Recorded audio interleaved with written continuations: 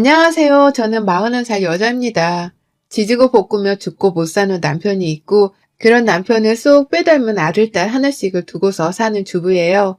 얘들은 아직 어리다 보니 손 가는 게 많아서 누구야 엄마로 사는 시간이 더 많은 주부랍니다. 저도 한때 꿈이란 게 있었고 해보고 싶어 하는 일이 있었는데요. 그걸 얼마 해보지도 못하고서 일을 그만두게 되었어요. 결혼을 하며 시어머니가 직장을 그만 다니라고 말씀을 하신 바람에 고민을 하다가 그 말을 따르기로 한 것이었죠. 단지 그 당시에는 남편한테 좀 더 집중을 하며 살고 싶었고, 그렇게 살아도 좋을 것이라고 생각을 했어요. 시어머니라는 존재가 그리 크게 와닿지는 않았지만, 일을 다니지 않았으면 좋겠다고 하는 그 무거운 말씀을 왠지 들어드려야만 할 것 같기도 했고요.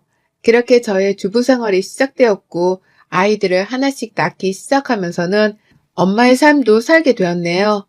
그리고 또 며느리의 삶도 동시에 시작되었어요.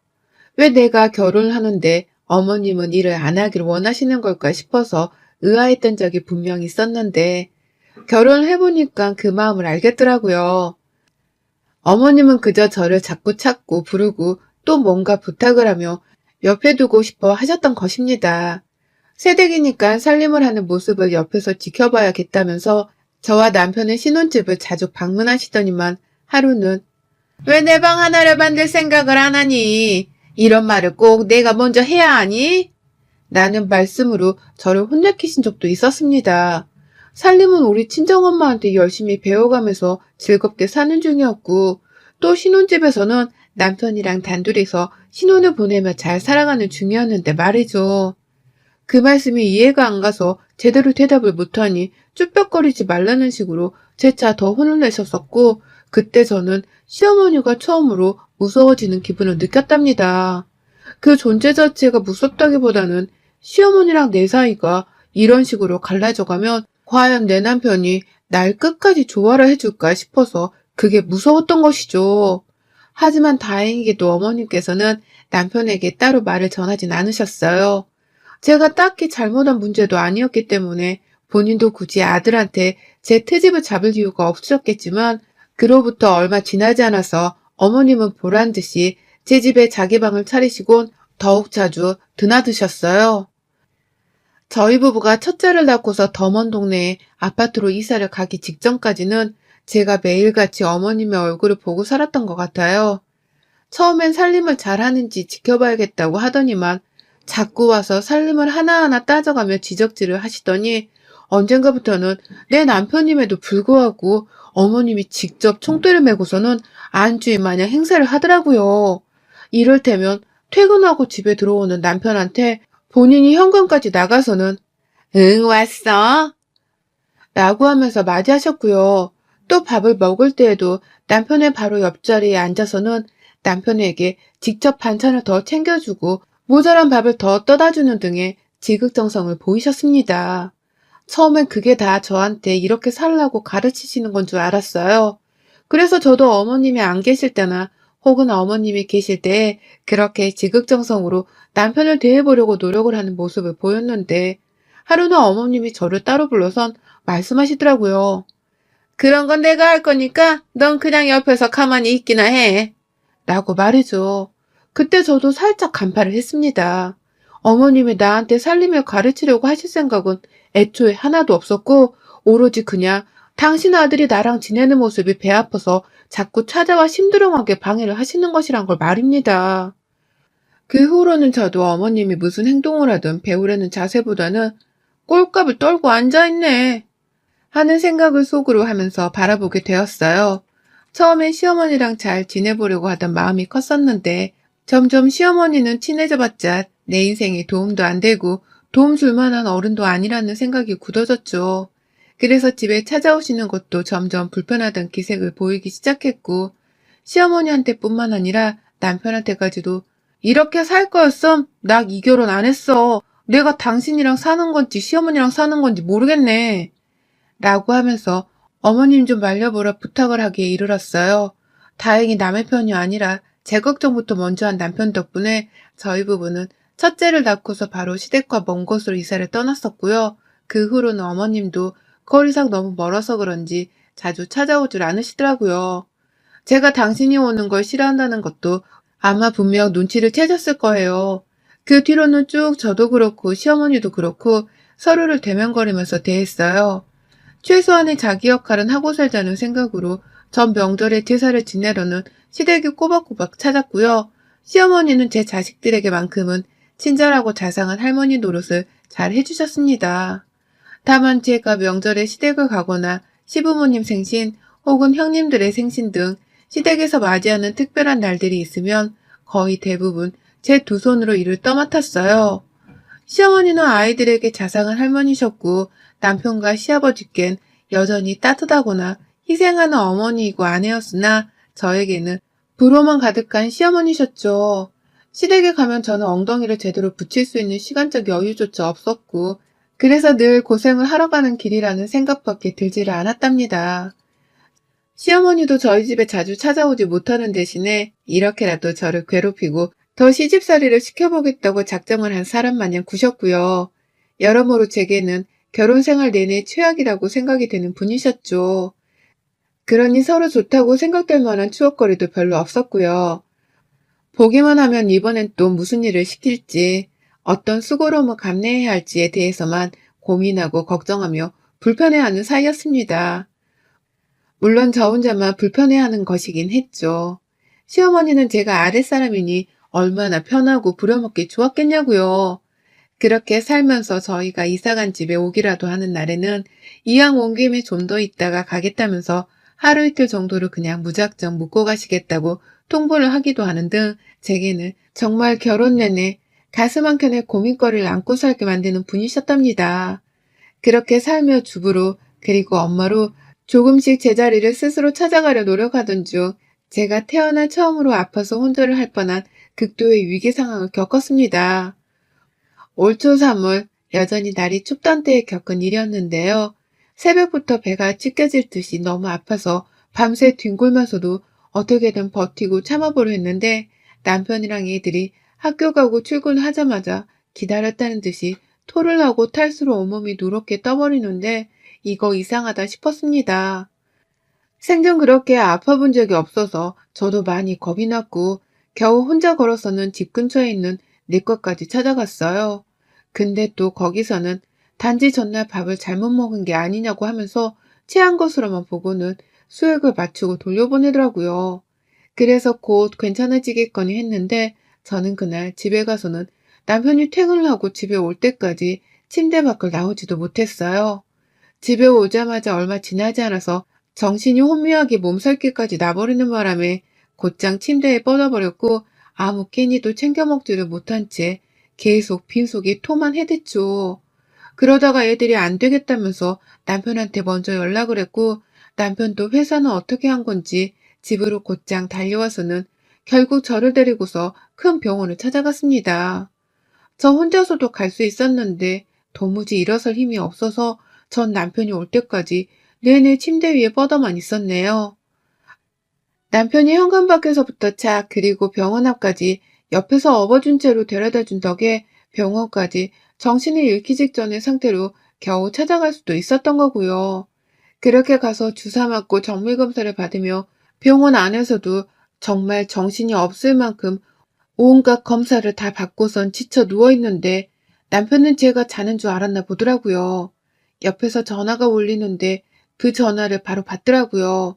보통 남편은 제가 시어머니를 불편하고 싫어하는 걸 아는지라 제 옆에서는 절대로 시어머니 전화를 받지 않거든요. 혼자 나가서 피해받거나 문자로 답장을 대신하곤 하는 사람이었습니다.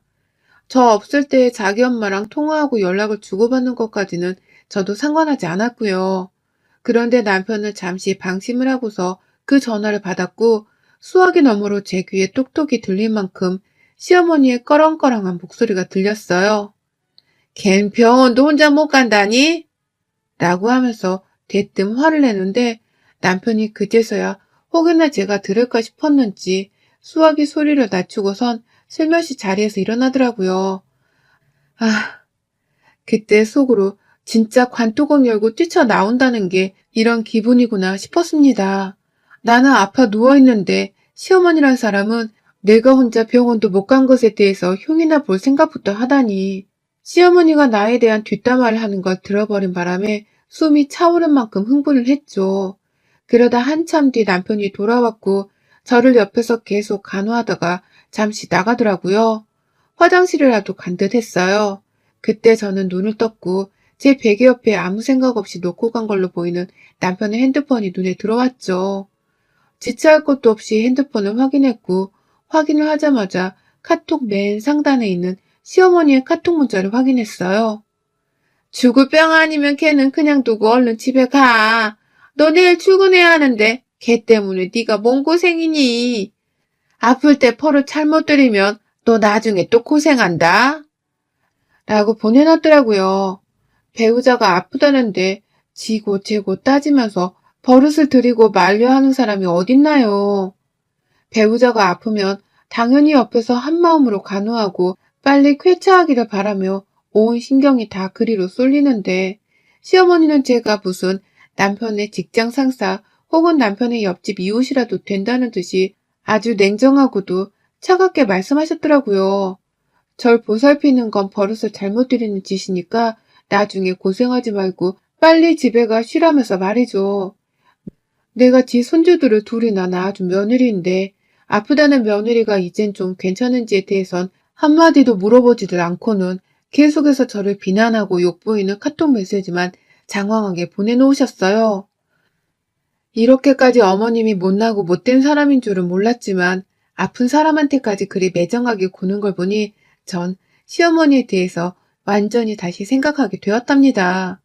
원래 좋은 분도 아니셨지만 그때 완전히 우리는 절대로 가족으로 얽힐 수가 없는 사이라는 걸 뼈저리게 느꼈죠. 내가 죽어서 장례식을 치르더라도 와서는 건성건성 육개장만 먹고 가실 분이라는 생각도 들더군요. 그러니 이젠 정말로 최소한의 도리마저도 잘해줄 이유가 없다는 생각이 들었고 원래 없던 정마저도 다 떨어지는 심정이었답니다.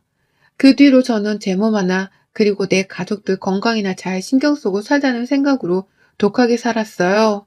시어머니 연락이 와도 집안일 하느라 바쁘니 전화할 시간이 없다는 말을 남기며 대놓고 전화를 먼저 끊어버렸고요. 안부 인사는 개뿔, 연락 한번 먼저 하지라느니 어머님이 왜 안부 연락을 안 하냐며 또 보채는 연락을 해오더라고요. 하지만 그럴 때마다 제가 남이랑 통화하려듯이 친정엄마한테도 안 하는 안부 연락을 왜 어머님께 하라는 거예요? 라고 하면서 어머님의 입이 쏙 들어가도록 맞불을 펼쳤습니다.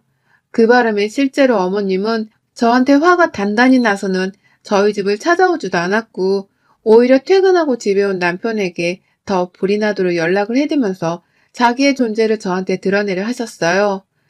그러다 저는 코로나와 제 몸 상태를 핑계로 급기야 추석에 시댁에도 안 갔고요.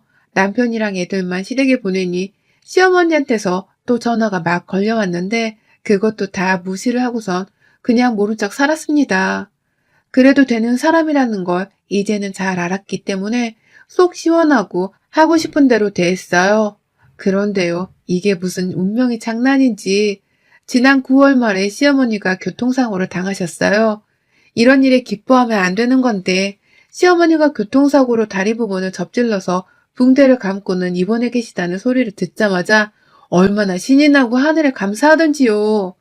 시어머니는 그걸 또 저한테 직접 전화까지 해서는 나 어느 병원에 입원했으니까 빨리 와라 라고 하면서 말씀까지 해주시대요. 저랑 사이가 안 좋은 와중에 저한테서 간병이라도 받고 싶으신 건지 오라는 연락을 해오신 겁니다. 얼마나 꼴불견이던지요. 저는 그 말을 듣자마자 제 표정에 웃음을 감추지 못한 채 어머님 괜찮으시지 않는 소리 한 번 하지 않고서 웃으며 대답했습니다. 아휴, 우리 남편 또 고생하겠네요.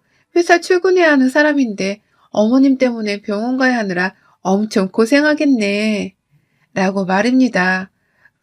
그러자 시어머니는 뭘 잘못 들었는 줄 알고서 너 지금 뭐라고? 누가 고생해? 걔가 고생해? 라면서 제 말에 어이가 없다는 듯이 따져드는데 생각할수록 분하다고 생각을 하는 건지 말씀을 하면서도 숨을 엄청 빠릿빠릿하게 몰아쉬시더라고요. 그리고 저는 그 말씀에 아랑곳하지 않고서는 또 대답했어요. 남편한테 좋은 거 먹이면서 어머니 입원해 계시는 동안 몸보신 제대로 시키고 있을게요. 라고 말이죠. 이 말만 하고서는 바로 전화를 끊었습니다. 그리고는 시어머니가 입원을 하셨던 그 후에 5일 동안 저는 단 한 번도 어머님의 병문안을 가지 않았어요.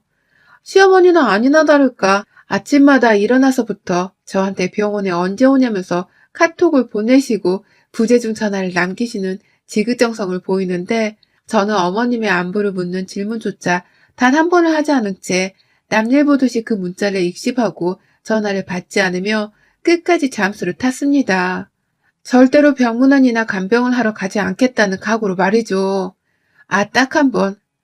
남편한테는 오늘 소고기 먹이려고요. 어머님 때문에 아들이 사서 고생을 할 텐데 좋은 거라도 잘 먹여야죠. 라고 답장을 하긴 했었네요. 그러니 이번에 어머님이 열불이 나신 건지 제 문자를 씹으셨고요. 그러다가 마지막 날 어머님 퇴원을 하실 때에 남편이 퇴원 수속을 밟는 동안 저한테 어머님 좀 맡아줄 수 있냐고 같이 가달라는 부탁을 하길래 남편과 함께 병원을 찾았습니다. 어머님 입원하시고 처음으로 그 병실 안에 들어갔어요.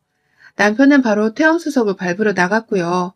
그런데 제가 그 병실 안에 들어가서는 세상 순진한 척을 하면서 어머님 저 왔어요 라고 말씀을 드리니 어머님은 같은 병실을 쓰고 있던 5명의 다른 환자분들을 보면서 갑자기 고래고래 소리를 지르시는 겁니다. 아이고 우리 귀한 며느님 드디어 왔네. 시어머니가 입원을 했는데 얼굴은 코빼기도 안 보이더니만 귀한 며느님 납치셨네 드디어. 라고 하면서 저를 못된 며느리로 만들겠다는 식으로 사람들한테 절 욕보이더라고요. 저 하나 욕먹게 만들겠다고 그 병원 안에서 큰 소리를 쳐가며 진상짓을 하신 겁니다. 저요? 거기에 맞받아쳐 주려다가 그냥 참았어요. 어차피 다 그날 한번 보고 다시는 마주치지도 않을 환자들인데 제가 굳이 변명을 하고 시어머니랑 같이 싸워서 뭐 하겠어요. 제 힘만 빼는 거죠. 시어머니가 소리를 지르길래 저는 오히려 어머님한테만 더욱 독하게 그리고 못되게 굴었어요. 소리치실 힘이 있는 거 보니까 제 도움 없이도 혼자 나오실 수 있을 것 같네요. 저는 로비에서 기다리고 있을 테니 그리로 내려오세요. 남편도 거기 있으니까. 자식들 고생 그만 시키시고 좀 혼자서 독립적으로 하세요. 아프실 때 버릇 잘못 들이면 우리 부부가 나중에 고생일 테니 제가 지금 어머님 버릇 똑바로 들이는 중이라고 생각하시고요. 라는 말과 함께 어머님을 두고 혼자 병실을 나왔어요. 어머님은 뒤에서 야, 너 거기 안 서? 날 데리고 가야 할 거 아냐? 라고 하면서 아주 비명을 지르며 저를 부르셨지만 저는 그 말을 못 들은 척 하면 나왔답니다. 그와 동시에 어머님이랑 같이 병실을 쓰던 다른 환자분은 진정하고 조용하려면서 어머님께 항의를 하기까지 하셨어요. 결국 어머님도 며느리 욕 한번 먹여보겠다고 절 그리 쌀벌하게 비꼬으며 욕보이다가 결국 자기가 더 진상짓을 부리며 더 큰 욕을 먹는 꼴이었죠. 그리고 전 그날 남편한테 바로 양해를 구하고서는 시어머니를 마저 도와드리지도 않은 채 혼자 집으로 갔어요. 도무지 또 시어머니 얼굴을 억지로 볼 자신도 없고 그러고 싶지도 않았거든요. 그리고 이제는 말해도 되겠다 싶어서 남편한테는 병실 안에서 시어머니한테 욕을 먹었기 때문에 기분이 나빠 못 도와드리겠다 솔직하게 말했고요. 지난번 내가 아파서 응급실에 가 누워있을 때 시어머니랑 나누는 통화랑 문자 내역까지 내 두 눈으로 다 확인했다는 것도 솔직히 말했습니다. 그때 그 문자를 본 후 더 이상 니네 엄마가 내 시어머니로 보이지 않고 그저 못되고 인정머리 없는 사람으로만 보인다면서. 그러니 아무런 며느리 노릇을 강요하거나 부탁조차 하지 말라고 말을 했죠. 그러자 남편도 그날 있었던 일이 기억이 나는 건지 제게 무지하게 미안했어요. 자기는 엄마랑 같은 입장이 아니었으며 엄마가 일방적으로 그렇게 말씀을 하셨던 것이었으니 자신에 대해서는 오해를 하지 말라면서 제게 진심으로 사과를 하더라고요. 그리고서는 자기여도 그런 시어머니라면 원망스럽고 미울 것이라면서 저한테는 먼저 집에 가서 푹 쉬고 있으라고 했답니다. 남편이라도 시어머니가 못해 처먹은 걸 알고서는 일이 제 마음을 헤아려주니 얼마나 다행이었는지 몰라요. 순순히 저를 보내준 남편 덕분에 저는 그날 시어머니고 뭐고 누군가의 뒤치다꺼리를 하지 않은 채 바로 집으로 돌아왔고요. 시어머니는 퇴원하고서 저희 집에 와 요양이라도 하려고 하셨던 건지 저한테 문자로 니네 집 간다. 갈 거다. 라고 계속 연락을 해오셨어요. 하지만 저는 그럴 일은 없을 것이라며 굳게 믿었고 아니나 다를까 남편이 칼같이 시어머니를 시댁으로 돌려보내준 덕분에 시어머니는 더 볼 일이 없었답니다. 그날뿐만 아니라 그 후로도 시어머니는 두 번 다시 저하고 연락도 못하고 얼굴도 못 보셨어요. 어머님은 병원에 있었던 일에 대해 마저 분풀이를 해야겠다 마음먹으신 건지 저한테 자꾸 전화를 걸어오시고 또 문자도 보내며 절 혼내려 하셨거든요. 전화를 안 받으니 너 내가 혼낼 줄 알고서 연락 안 받는 거지? 내 전화 당장 안 받아? 이 건방진 게 어디서 시어머니 전화를 자꾸 씹어? 라고 하면서 재차 문자를 보내셨고요. 하지만 제가 그 문자들을 다 익십하면서 나몰라라 무시를 해버리니 어머님은 집까지 찾아갈 거라면서 또 말도 안 되는 협박을 하셨어요.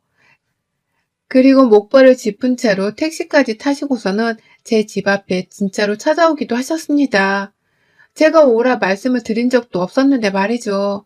저 그날 시어머니가 밖에서 문 열어달라고 하시는 걸 거진 3시간이 넘도록 그냥 현관 밖에 내버려 둔 채 무시를 했고요. 남편한테 연락해서 시어머니 좀 보내버리라고 하니 남편이 이윽고 어머님께 연락을 하더라고요. 그리고 어머님은 아무 소리 없이 그냥 제 집 앞에서 사라지셨답니다. 밖에서는 자기 가슴을 퍽퍽 치면서 분해 죽으려고 하시는 울부짖음이 들려왔는데 저야 뭐 그런 소리는 뭐였든 간에 상관은 없었네요. 우리 엄마 가슴 찢어지는 것도 아니고 가족 같지도 않은 시어머니의 가슴이 찢어지는 소리일 텐데 제가 뭐 상관하겠어요? 어머님, 저는 이제 어머니 병문안이고 안 보고 뭐고 아무것도 안 하고 또 안 보면 살 거예요. 뭐 평상시에도 우리 사이가 그리 좋지만은 않았지만 아프고 나서 겪었던 그날의 치욕은 제가 평생 잊지 못할 것 같습니다. 이번엔 퇴원하시는 날에 찾아뵈었지만 다음번에 일절 병문안은 없을 거고요.